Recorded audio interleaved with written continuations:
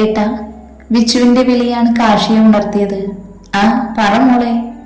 അവൻ കഴിവതും സ്വരത്തിൽ സങ്കടം വരുത്താതിരിക്കാൻ ശ്രമിച്ചു. Are you all right? ഏട്ടൻ വരുന്നില്ലേ ഇങ്ങോട്ട്? ഞാൻ കുറച്ച് തിരക്കിലാണ്, പിന്നെ വിളിക്കാം മോളെ. വിച്ചുവിന് അധികം സംസാരിക്കാൻ അനുവദിക്കാതെ കാശി ഫോൺ ഡിസ്കണക്ട് ചെയ്തു. തനിക്ക് അത്രയും പ്രിയപ്പെട്ടവർ, തന്റെ ലക്ഷ്മിയും കുഞ്ഞാറ്റയും മറ്റൊരുവന്റേതാകുന്നത് അത് ആരാണെങ്കിൽ പോലും അവന്റെ മനസ്സ് അതിനെ അംഗീകരിക്കാൻ മടിച്ചു. തനിക്ക് അവരിൽ ഒരവകാശമില്ല എന്ന് തോന്നുമ്പോഴും അവർ തനിക്ക് മാത്രം സ്വന്തമാണെന്ന് മനസ്സ് ശാഠ്യം പിടിക്കുന്നു. വിട്ടു കൊടുക്കരുതെന്ന് ഉള്ളിൽ നിന്ന് ആരോ പറയുന്നത് പോലെ. നീ എന്താടാ ഇവിടെ ആലോചിച്ച് നിൽക്കുന്നേ? പിന്നിൽ നിന്നും സ്വരം കേട്ട കാശി തിരിഞ്ഞു നോക്കി. അഫ്സലായിരുന്നു. ആടാ, വരുന്നു. എന്താടാ മുഖത്തിനൊരു സങ്കടം പോലെ? എന്തെങ്കിലും കുഴപ്പമുണ്ടോ? ഏയ്, ഒന്നുമില്ലടാ, നീ വന്നേ. കാശി അഫ്സലിനെയും കൂട്ടി നടന്നു. ഡ്യൂട്ടിക്കിടയിലും ഒഴിവ് കിട്ടുമ്പോഴെല്ലാം കാശിക്ക് അനഘയെയും കുഞ്ഞാറ്റയെയും കുറിച്ച് മാത്രമേ ചിന്തിക്കാനുണ്ടായിരുന്നുള്ളൂ. രാത്രി ഫ്ലാറ്റിലെത്തിയ കാശി ഫ്രഷായി ബാൽക്കണിയിലേക്ക് ചെന്നു. തണുത്ത കാറ്റേറ്റ് ശരീരം കുളിരുന്നുണ്ടെങ്കിലും അവന്റെ മനസ്സാകെ ചുട്ടുപഴുത്ത് കിടക്കുകയായിരുന്നു. ഓരോന്ന് ആലോചിക്കുകയാണ് ഫോൺ ബെല്ലടിച്ചത്. ഭവാനിയാണെന്ന് കണ്ട കാശി വേഗം തന്നെ ഫോൺ അറ്റൻഡ് ചെയ്തു. അമ്മേ, അങ്ങോട്ട് വിളിക്കുമ്പോൾ മാത്രമേ ഇപ്പൊ നീ അമ്മയോട് സംസാരിക്കുള്ളൂ അല്ലേ? അല്ലമ്മേ, തിരക്കിലായിട്ടല്ലേ? എന്നോട് മിണ്ടണ്ട നീ. അമ്മയെ വിളിക്കാൻ പറ്റാത്തത്ര എന്ത് തിരക്കാ നിനക്കുള്ളത്? അതോ അമ്മയെ വേണ്ടേ നിനക്ക്? അങ്ങനൊന്നും പറയില്ല അമ്മേ. അമ്മയെ ഞാൻ മറക്കോ? ഈ കാശിക്ക് അതിന് കഴിയോ? അമ്മ വെറുതെ പറഞ്ഞാ മോനെ, എനിക്കറിയില്ല എന്റെ കുട്ടിയെ. ഭവാനിയും കാശിയും കുറച്ചു നേരം സംസാരിച്ചിരുന്നു. അനഘയെ കുറിച്ച് ചോദിക്കണമെന്നുണ്ടെങ്കിലും കാശി അത് വേണ്ടെന്ന് വെച്ചു. മോനെ, ലച്ചു മറ്റന്നാൾ പോവാണ്. വിച്ചു വിളിച്ചിരുന്നു. അത് പറയുമ്പോൾ കാശിയുടെ സ്വരം വല്ലാതെ നേർത്തിരുന്നു. നീ വരില്ലേ? ഞാൻ എന്തിനു വരണോ അമ്മേ? അവളും കുഞ്ഞും എന്നെ വിട്ടു പോകുന്നത് കാണാനോ? പറ്റില്ല അമ്മേ. ഞാനിവിടെ ഉണ്ടെങ്കിൽ ചിലപ്പോ അവളെ അവന്റെ കൂടെ വീട്ടിലെന്ന് വരാം. എന്തിനാ അവളുടെ സന്തോഷം ഞാനായിട്ട് ഇല്ലാതാക്കുന്നത്? ഞാൻ വരുന്നില്ല. കാശി, അമ്മയുടെ മോനോട് ഞാൻ പറഞ്ഞിട്ടുണ്ട്, നമുക്ക് ദൈവം വിധിച്ചതാണെങ്കിൽ എന്തൊക്കെ പ്രതിസന്ധി വന്നാലും അത് നമ്മുടെ അടുത്തേക്ക് തന്നെ വന്നു ചേരുകയെന്ന്. ഇനി അത് നമുക്ക് വിധിച്ചതല്ലെങ്കിൽ എങ്ങനെയൊക്കെ ശ്രമിച്ചാലും അതിന് കഴിഞ്ഞെന്ന് വരില്ല. അവള് നിനക്കുള്ളതല്ലെങ്കിൽ നീ വിട്ടുകൊടുത്തേ പറ്റൂ. അതുകൊണ്ട് അമ്മയുടെ മോന് വരണം, വന്നേ പറ്റൂ. നാളെ എന്തായാലും അമ്മയ്ക്ക് നിന്നെ കാണണം. ഞാൻ വരാം അമ്മേ. ഫോൺ ഡിസ്കണക്ട് ചെയ്ത് കാശി കുറെ നേരം ചിന്തിച്ചു. പോവാൻ തീരെ താല്പര്യമില്ലാഞ്ഞിട്ട് പോലും അമ്മയുടെ ആഗ്രഹത്തിന് എതിര് നിൽക്കാൻ അവന് തോന്നിയില്ല. പിറ്റേന്ന് ഉച്ച കഴിഞ്ഞ് ഹോസ്പിറ്റലിൽ നിന്നും ഇറങ്ങി നേരെ കൈലാസത്തിലേക്ക് തിരിച്ചു.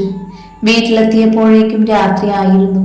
ഉമ്മറത്ത് തന്നെ ഭവാനിയും വിച്ചുവും കാത്തു നിൽക്കുന്നുണ്ടായിരുന്നു. കാശി വന്ന് കയറിയതും സേതുവും പുറത്തേക്ക് വന്നു. പക്ഷേ കാശിയുടെ കണ്ണുകൾ അനഘയ്ക്കായി തിരഞ്ഞുകൊണ്ടിരുന്നു. വേണ്ട എന്ന് കരുതുമ്പോഴും അവളെ ഒന്ന് കാണാനായി അവന് വല്ലാത്ത ആഗ്രഹം തോന്നിയിരുന്നു. പടിയിൽ തന്നെ നിൽക്കാതെ അകത്തേക്ക് കയറ്. സേതു പറഞ്ഞതും കാശി മൂളിക്കൊണ്ട് അകത്തേക്ക് കയറി. നീ പോയി കുളിച്ചു വാ, ഞാൻ ഭക്ഷണം എടുത്തു വയ്ക്കാം. വേണ്ടമ്മേ, ഞാൻ വരുന്ന വഴി കഴിച്ചു. ഭവാനി ഒന്ന് മൂളി പിന്തിരിഞ്ഞു പോവാൻ നിന്നതും കാശി വിളിച്ചു. അവരവനെ നോക്കി. കുഞ്ഞാറ്റ, നീ വരുന്നതിന് കുറച്ചു മുൻപ് ഉറങ്ങി. ഇനിയിപ്പോ നാളെ കാണാം. ഭവാനി പറഞ്ഞത് കേട്ട് കാശി ഒന്ന് മൂളി മുകളിലേക്ക് സ്റ്റെപ്പ് കയറി.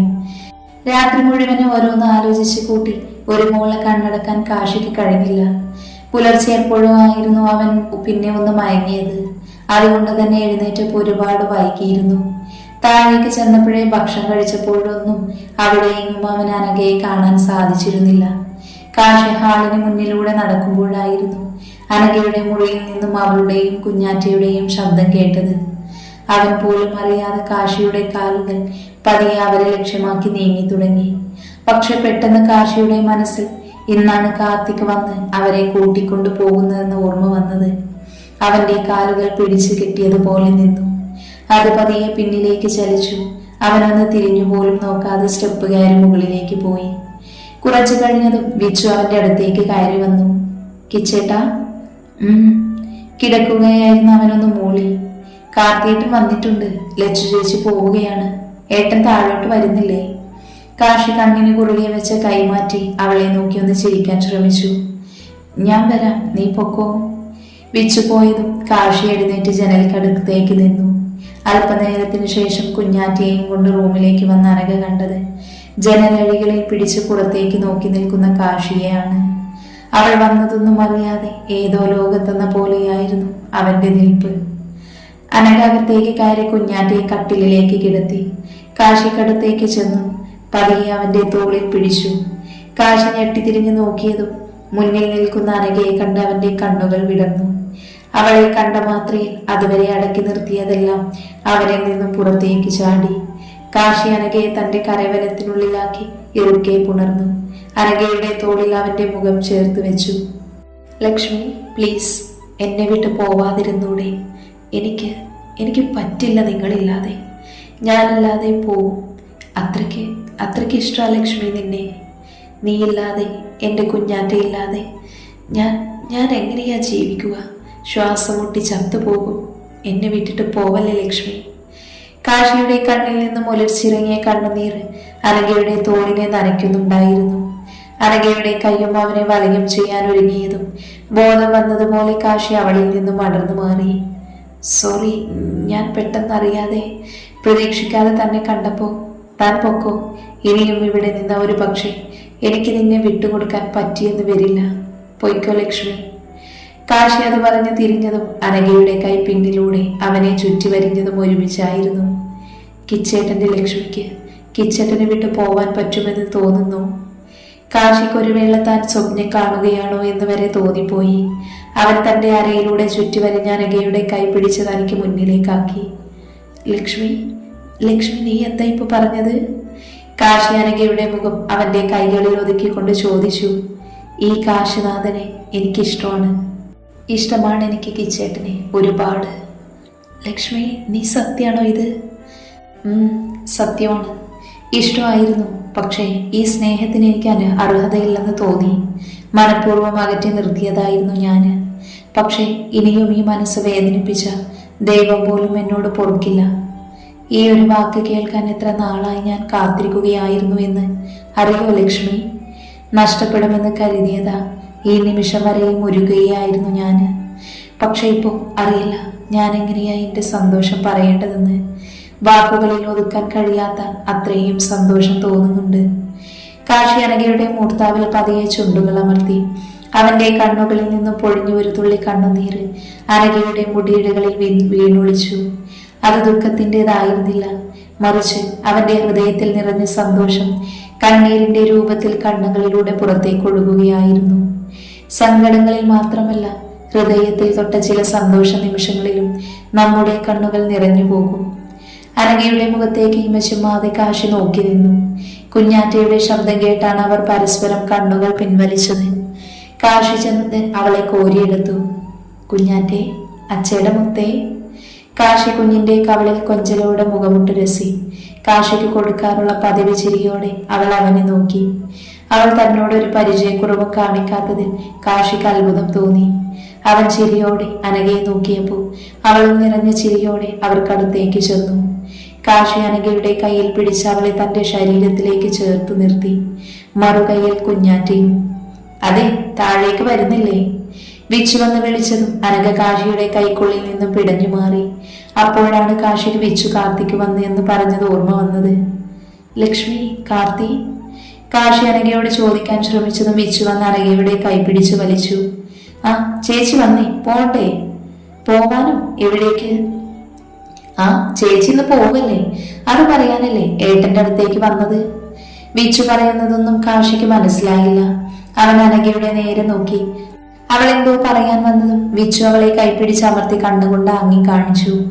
അതൊക്കെ ഉണ്ട്, ഞങ്ങൾ താഴേക്ക് പോവാണ്. ഏട്ടൻ കുഞ്ഞാറ്റയെയും കൊണ്ടുവാ. അവരെല്ലാവരും കാത്തിരിക്കാൻ തുടങ്ങിയിട്ട് ഒരുപാട് സമയമായി. അത് പറഞ്ഞ് വിച്ചു അനഘയെ കൂട്ടി താഴേക്ക് പോയി. കാശി സംശയത്തോടെ കുഞ്ഞാറ്റയെ പിടിച്ച് അവൾക്ക് പിന്നാലെ താഴേക്കിറങ്ങി. ഹാളിലുള്ള ആളുകളെ കണ്ടതും കാശി ഞെട്ടി നിന്നു.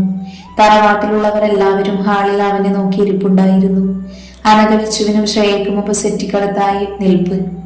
ആ വന്നോ? എന്താ എല്ലാവരും കൂടെ പെട്ടെന്ന്? ഒരു പ്രധാനപ്പെട്ട ഒരു തീരുമാനമെടുക്കാൻ വേണ്ടി വന്നതാണ്. നീയും കൂടെ വന്നിട്ട് വേണം ഒരു ഫൈനൽ ഡിസിഷൻ എടുക്കാനെന്ന് കരുതി നിന്നെ കാത്തു നിൽക്കുമായിരുന്നു. കാശിക്ക് സതീശൻ പറയുന്നത് എന്താണെന്ന് മനസ്സിലായില്ല. എന്ത് തീരുമാനം? എനിക്കൊന്നും മനസ്സിലാവുന്നില്ല. നിനക്ക് മനസ്സിലാവില്ല. വയസ്സ് 10-30 ആ വിചാരം നിനക്കുണ്ടോ? ഇനി നിന്നിങ്ങനെ കയറൂരി വിടാൻ ഞങ്ങൾ ഉദ്ദേശിച്ചിട്ടില്ല. കൗസല്യ ദേഷ്യത്തോടെ പറയുന്നത് കേട്ട കാശി എല്ലാവരെയും ഒന്ന് നോക്കി. അപ്പോ നമ്മൾ തീരുമാനിച്ചതുപോലെ അടുത്ത മാസം 1-ാം തീയതി അതങ്ങ് നടത്താമല്ലേ? എന്താ ഭവാനി? എനിക്ക് സന്തോഷമേ ഉള്ളൂ അമ്മേ. സേതുവിനും പൂർണ്ണ സമ്മതം. എന്താ കാശി നിന്റെ അഭിപ്രായം? ആദ്യം ഇവിടെ എന്താ നടക്കുന്നതെന്നൊന്ന് പറഞ്ഞു തരുമോ? എന്നിട്ട് പറയാം. ഇതിങ്ങനെ അവിടെയും ഇവിടെയും തൊടാതെ പറഞ്ഞ എനിക്കെങ്ങനെ മനസ്സിലാവാനാ? മനസ്സിലാക്കാൻ മാത്രം ഒന്നുമില്ല. നിന്റെ കല്യാണം അടുത്ത മാസം നടത്താൻ ഞങ്ങൾ തീരുമാനിച്ചു. അടുത്ത മാസോ കല്യാണോ? എനിക്കോ? ആ, നിനക്ക് തന്നെ. എന്തേ, ഡേറ്റ് മാറ്റണോ? അച്ഛാ ചുമ്മാ കളിക്കല്ലേ. എനിക്ക് അതുവരെ ഗൗരവത്തിലിരുന്ന എല്ലാവരും കാശിയുടെ പരിങ്ങൽ കണ്ട് ചിരിച്ചു. എന്റെ അച്ഛമ്മേ, പാവം, അത് കിടന്ന് പിടക്കുന്നത് കണ്ടില്ലേ? ഇനിയും സസ്പെൻസിനാതെ കാര്യം തെളിച്ചങ്ങ് പറഞ്ഞു കൊടുത്തൂടെ? അഭി എഴുന്നേറ്റ് വന്ന് കാശിയുടെ തോളിൽ കൈയിട്ടു. മോനെ കാശി, നിന്നെയും നിന്റെ ലക്ഷ്മിയെയും പിടിച്ചങ്ങ് കെട്ടിക്കാൻ എല്ലാവരും കൂടെ അങ്ങ് തീരുമാനിച്ചു അല്ലേ കുഞ്ഞൂസേ? കാശിയുടെ കൈകളിൽ കിടക്കുന്ന കുഞ്ഞാറ്റയുടെ കവളിൽ പതിയെ ഒന്ന് തട്ടിക്കൊണ്ട് അഭി പറഞ്ഞു. അവളൊന്ന് ചിരിങ്ങുകൊണ്ട് കാശിയുടെ നെഞ്ചിലേക്ക് മുഖം തിരിച്ചു. എന്തേ, വിശ്വാസം വരുന്നില്ലേ? ലക്ഷ്മി, ഓ സോറി, ഏട്ടത്തിന്റെ സമ്മതം വരെ കിട്ടി. ഇനി ഏട്ടൻ എന്തെങ്കിലും ബുദ്ധിമുട്ടുകൾ വല്ലതും? ശ്രേയ പറഞ്ഞത് കേട്ട് കാശി അനഘയുടെ മുഖത്തേക്ക് നോക്കി. അതേസമയം തന്നെ അനഘയും അവനെ നോക്കി. രണ്ടാളുടെയും കണ്ണുകൾ പരസ്പരം ഇടഞ്ഞപ്പോ അവൾ അവനായി നിറപുഞ്ചിരി സമ്മാനിച്ച് നോട്ടം മാറ്റി. ആ, നീ അവളെ നോക്കി നിൽക്കാതെ ചോദിച്ചതിന് ഉത്തരം താടാ. കാശി ഞെട്ടിലൂടെ അനഘയിൽ നിന്നും മിഴികൾ മാറ്റി. അത് നിങ്ങൾ എന്താന്ന് വെച്ചാൽ തീരുമാനിച്ചോളൂ. അങ്ങനെയാണെങ്കിൽ അന്നേക്ക് തന്നെ ആക്കാം. മലയാള മാസം ചിങ്ങം 2 അല്ലേ എന്ന്? അത് കഴിഞ്ഞ പിന്നെ ഓണമാണ് വരുന്നത്. പക്ഷേ ഇനി ആകെ ഒരാഴ്ച കൂടിയല്ലേ ഉള്ളൂ. അത് ശരിയാ, അതിനുള്ളിൽ ബന്ധുക്കളെ വിളിക്കണ്ടേ? അതൊക്കെ പെട്ടെന്ന് കഴിയും. ഇപ്പോ അധികം ഫോണിൽ കൂടെ അല്ലേ? എന്നാ പിന്നെ ഇനി നേരം വൈകിക്കേണ്ട, നമുക്ക് പോവാല്ലേ? ലച്ചുമോള് പോയി ബാഗ് എടുത്തോ? അവൾ എങ്ങോട്ട് പോവുകയാ? ലച്ചുവിനെ ഞങ്ങൾ തറവാട്ടിലേക്ക് കൊണ്ടുപോവാണ്. ഇനി കല്യാണത്തിന് ശേഷം ഇങ്ങോട്ട് വരാൻ പാടുള്ളൂ. അതൊക്കെ എന്തിനാ? അതൊക്കെ അങ്ങനെയാണ്. അച്ഛമ്മയുടെ മോനെ അവിടെ മിണ്ടാതിരുന്നു. എന്തായാലും ഉച്ചയ്ക്ക് ഭക്ഷണം കഴിച്ചിട്ട് പോയാ മതി. ഭവാനിയുടെ നിർബന്ധത്തിൽ ഉച്ചയ്ക്ക് ഭക്ഷണം കഴിച്ചു കഴിഞ്ഞ് പോവാമെന്ന് തീരുമാനിച്ചു. കാശിക്ക് അനഘയോടൊന്ന് സംസാരിക്കാൻ അവസരം കാത്തു നിൽക്കുകയായിരുന്നു കാശി. കുറെ നോക്കിയെങ്കിലും കാശി അവളെ കണ്ടില്ല. അവസാനം അനഘ ശ്രേയക്കും വിച്ചുവിനും ഒപ്പം ബാൽക്കണിയിൽ ഇരിക്കുന്നത് കണ്ട് കാശി അവർക്കടുത്തേക്ക് ചെന്നു. നിങ്ങളൊന്ന് താഴേക്ക് പോയി, എനിക്ക് ലക്ഷ്മിയോട് കുറിച്ച് സംസാരിക്കണം. ഓ വേ, ഞങ്ങൾ പോയേക്കാം. കുഞ്ഞാറ്റേന്ന് തന്നേക്ക്. ശ്രേയയുടെ കയ്യിലിരുന്ന കുഞ്ഞിനെ വാങ്ങി കാശി അനഘക്കടുത്തേക്ക് ചെന്നിരുന്നു. ലക്ഷ്മി. അനഘ കാശി എന്താണെന്ന അർത്ഥത്തിലൊന്ന് നോക്കി. ഈ കല്യാണത്തിന് തനിക്ക് പൂർണ്ണ സമ്മതം തന്നെയാണോ, അതോ എല്ലാവരും കൂടെ നിർബന്ധിച്ചപ്പോ സമ്മതം മൂളിയതോ? എന്തേ ഇങ്ങനെ ചോദിച്ചത്? അല്ല, പെട്ടെന്നൊക്കെ വിവാഹം എന്ന് പറഞ്ഞപ്പോ നിനക്കത് ഉൾക്കൊള്ളാൻ കഴിയുമോ എന്നൊരു പേടി. അനഘ ചിരിയോടെ കാശിയുടെ കൈകൾക്ക് മേലെ തന്റെ കൈവച്ചു.